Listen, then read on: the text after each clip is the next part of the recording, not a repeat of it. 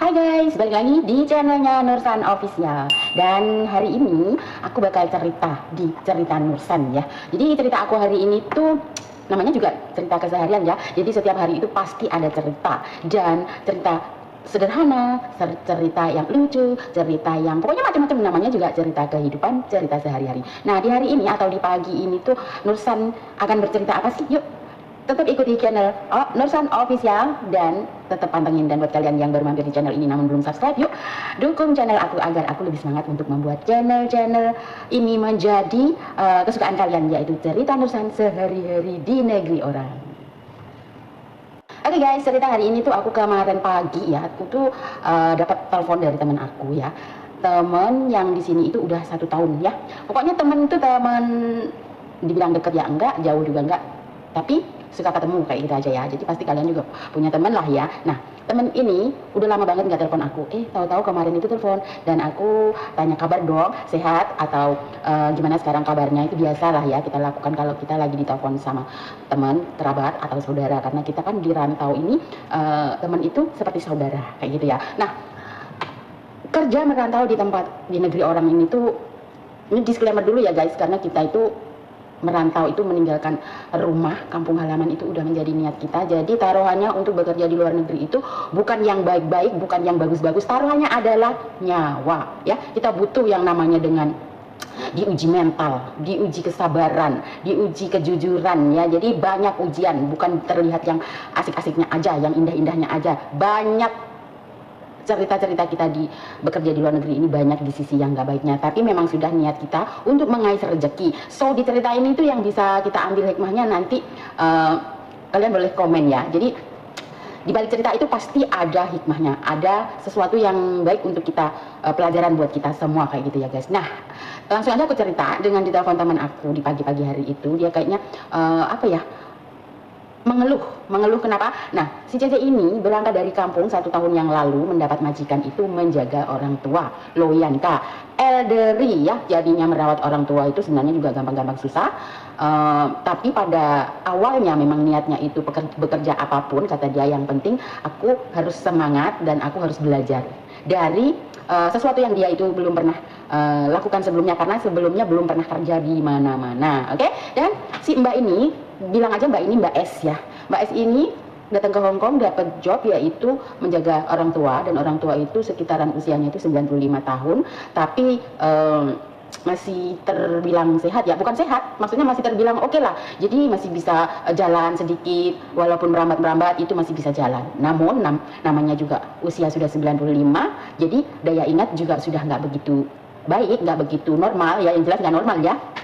Itu alias mungkin udah pikun kayak gitu ya, kalau kita bilangnya gampangnya pikun. Nah tapi Mbak ini selalu berusaha untuk menjaganya dengan baik, menjaganya dengan hati. Namun karena kepikunan itu tadi ya, jadi kita menjaga dengan hati, kita perlakukan baik, itu dia nggak ingat gitu. Jadi apa ya namanya, kalau orang pikun itu ibarat kita udah kasih makan aja, dia bilangnya belum dikasih makan, ya kan? Jadi itu kan kadang-kadang membuat kita kesel ya. Kita udah mandiin, dia bilang belum mandi, padahal udah mandi, udah bersih, udah pakai bedak, udah ganti baju, tapi belum, bilangnya sama anaknya tuh pastinya belum mandi. Nah kayak gitu kita kan jadi beban ya. Jadi kita itu mental kita juga, ih kok kayak gitu sih ya, kan orang tua gitu sih, orang udah dikasih makan bilangnya juga nggak dikasih makan, kan jadi kayak bertentangan kayak gitu dengan kita. Tapi kita kan sebagai yang muda kita harus memaklumi dong. Nah si Mbak ini ternyata tuh kerja udah 1 tahun, tapi kayaknya tuh berat banget. Beratnya tuh kenapa? Beratnya tuh katanya tidak bisa tidur di malam hari. Si neneknya ini semakin itu loh guys, semakin lupa ingatannya itu semakin menjadi. Jadi yang tadinya itu masih pinter, masih kalau buang air kecil masih ke toilet gitu, dibawa dituntun ke toilet, sekarang itu udah ngompolan gitu. Jadi udah ya namanya 95 tahun, jadi ya udah pikun gitu ya guys. Jadi kencing di mana itu, di mana-mana berdiri, dia pengen kencing ya kencing aja gitu. Terus si nenek ini juga nggak mau dipakein pampers di siang hari, maunya di malam hari. Dan di malam hari pun dia nggak pernah tidur si nenek ini. Jadi kita kan kalau ngejaga nenek kayak gini, sebenarnya kita itu beban kita itu lebih ya guys. Jadi ya kita nggak bisa nyalahin, karena kita itu kan terbatas ya, siangnya kerja, siangnya jagain dia, otomatis malamnya kita juga butuh istirahat kan. Ya walaupun tidak senyenyak istirahat, tapi setidaknya kan ada jam kita tidur. Tapi nenek itu kan nggak pernah nidurin orang gitu, nggak pernah yang namanya bye-bye tidur gitu, nggak ada aja kayak gitu guys. Jadi nggak pernah tidur. Jadi orang umur segitu tuh jadi kayak terbalik, malam buat siang, siangnya buat malam. Jadi kalau siang itu banyak tidurnya, tapi kalau malam tuh nggak tidur sama sekali. Mungkin kalian yang ada jaga nenek kayak gini bisa komen di kolom komentar aku ini ya. Nah, si Mbak itu juga kayak gini, malamnya nggak tidur, siangnya nenek tidur, tapi dia dituntut untuk kerja, bersih rumah, masak dan sebagainya. Itu kan memang udah tugas kita ya. Nah, di sini Mbaknya itu agak sedikit ngeluh, gimana kalau aku break gitu ya, aku cari lagi gitu, minta pertimbangan ke aku, dan dia juga nanya ke aku kalau ada mungkin ada job gitu bisa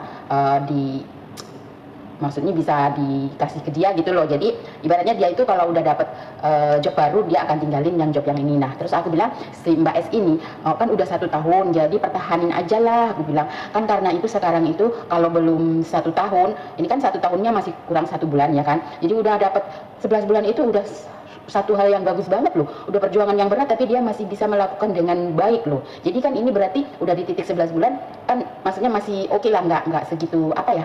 Jadi aku ketanya ke dia, jadi pertahanin aja dulu kalau bisa. Jadi pas nanti 2 tahun itu ya cukup ambil 2 tahun aja. Itu solusi aku. Dan kata dia sebenarnya bukan nggak sayang sama nenek ini, tapi bertentangan gitu loh guys. Jadi, kebayang nggak sih, kita udah memperlakukan dia baik kayak emak kita sendiri, tapi dia itu selalu mengatakan sebaliknya kayak gitu. Jadi kan kita jadi gimana ya, jadi pokoknya Husan tuh banget kalau udah ngerasa di titik itu ya. Tapi Mbak ini mau sih terima dari saran aku agar supaya nunggu aja sampai finish kontrak. Kalau finish kontrak kan kita gampang sih guys, record kita setidaknya kan udah lulus 2 tahun itu record kita kan bagus. Jadi kalau record kita bagus kan kita bisa mencari majikan lagi itu tidak dipersulit kayak gitu loh, karena record kita bagus. Jadi kita nggak usah nge-break.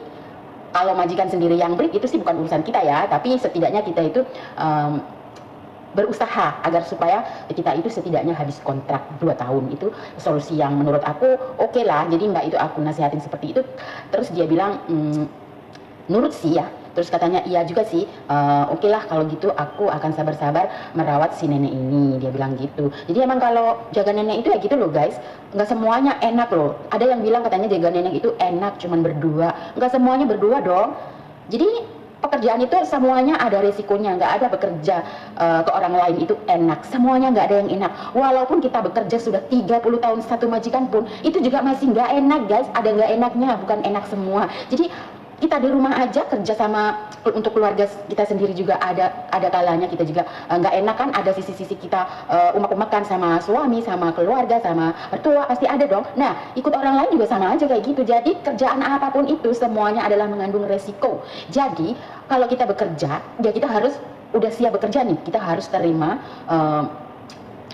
kita harus terima resikonya. Jadi kita harus udah ngerti kayak gitu, oh jaga anak tuh kayak begini, jaga orang tua tuh begini, jaga nggak ada yang dijaga, tapi rumahnya tingkat 1, 2, 3 tingkat itu pun juga kan juga suatu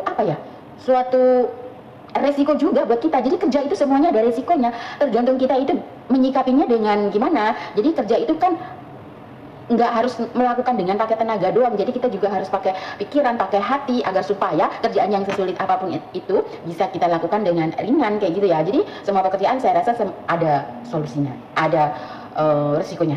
Jadi tergantung kita menjalani dan menyikapinya. Jadi gitu. Jadi si Mbak ini aku bilangin kalau jaga orang tua itu ya seperti itu, kadang nggak bisa tidur, kadang HP-an juga nggak bisa kalau neneknya seperti itu, kecuali neneknya yang anteng, diem, tidur, makan, nggak banyak omong. Tapi kan nggak ada juga ya nenek-nenek kalau diem terus kan jadi kayak nggak normal, kayak orang sakit kan, ya kan. Jadi aku bilangin sama Mbak ini ya, pokoknya aku support aja dengan semangat itu, jangan patah semangat, dibuat happy aja. 1 tahun itu enggak lama, jadi tunggu aja 1 tahun biar finish kontrak.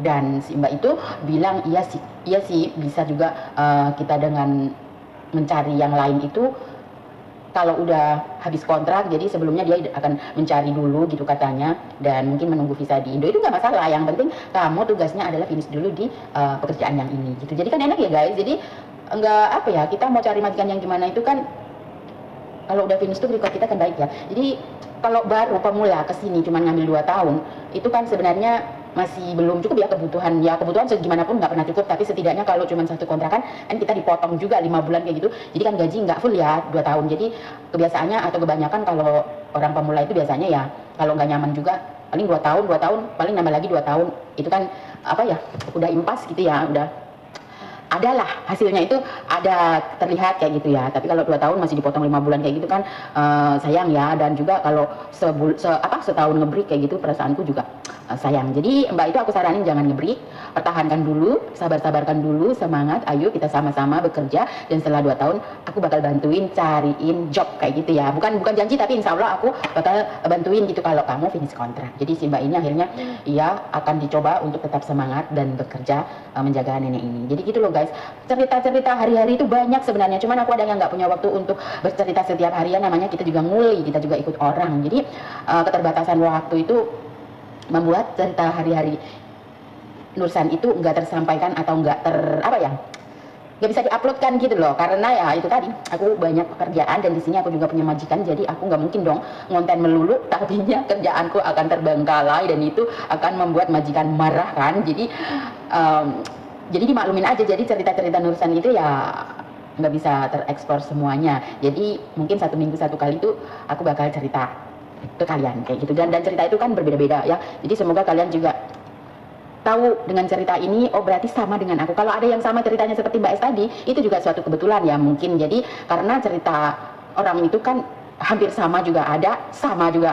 Nah jadi kan kalau ngelihat orang cerita kok kayak aku banget sih ceritanya kayak gitu kan, jadi kita itu oh berarti masih ada yang mengalami hal yang sama seperti aku. Jadi kayak gitu ya. Jadi ya kuncinya semangat aja, tetap berjuang ya, karena kita butuh 10 juta setiap bulan. Jadi apapun itu kita harus lakukan dengan ikhlas, dengan hati, dengan perasaan, dan kita tetap terus semangat berjuang untuk memperbaiki perekonomian keluarga kita tercinta yang ada di kampung. Nah itu tadi cerita dari Mbak S ya, yang merasa dia itu merasa capek banget menghadapi nenek yang sudah pikun seperti ini. Jadi semoga cerita ini bisa kalian tonton ya, agar tahu bahwa cerita itu ada juga cerita kalian mungkin ada yang menyamainya kayak gitu. Jadi tetap semangat. Dan karena Hongkong hari ini adalah mendung dan dingin ya, suhunya hanya 11 derajat aja. Jadi buat kalian semua, jangan lupa untuk memakai baju yang cukup, mengoleskan krim ke wajah, moisturizer agar tidak kering ya, dan juga jangan lupa untuk memakaikan krim Vaseline ke tangan-tangan kalian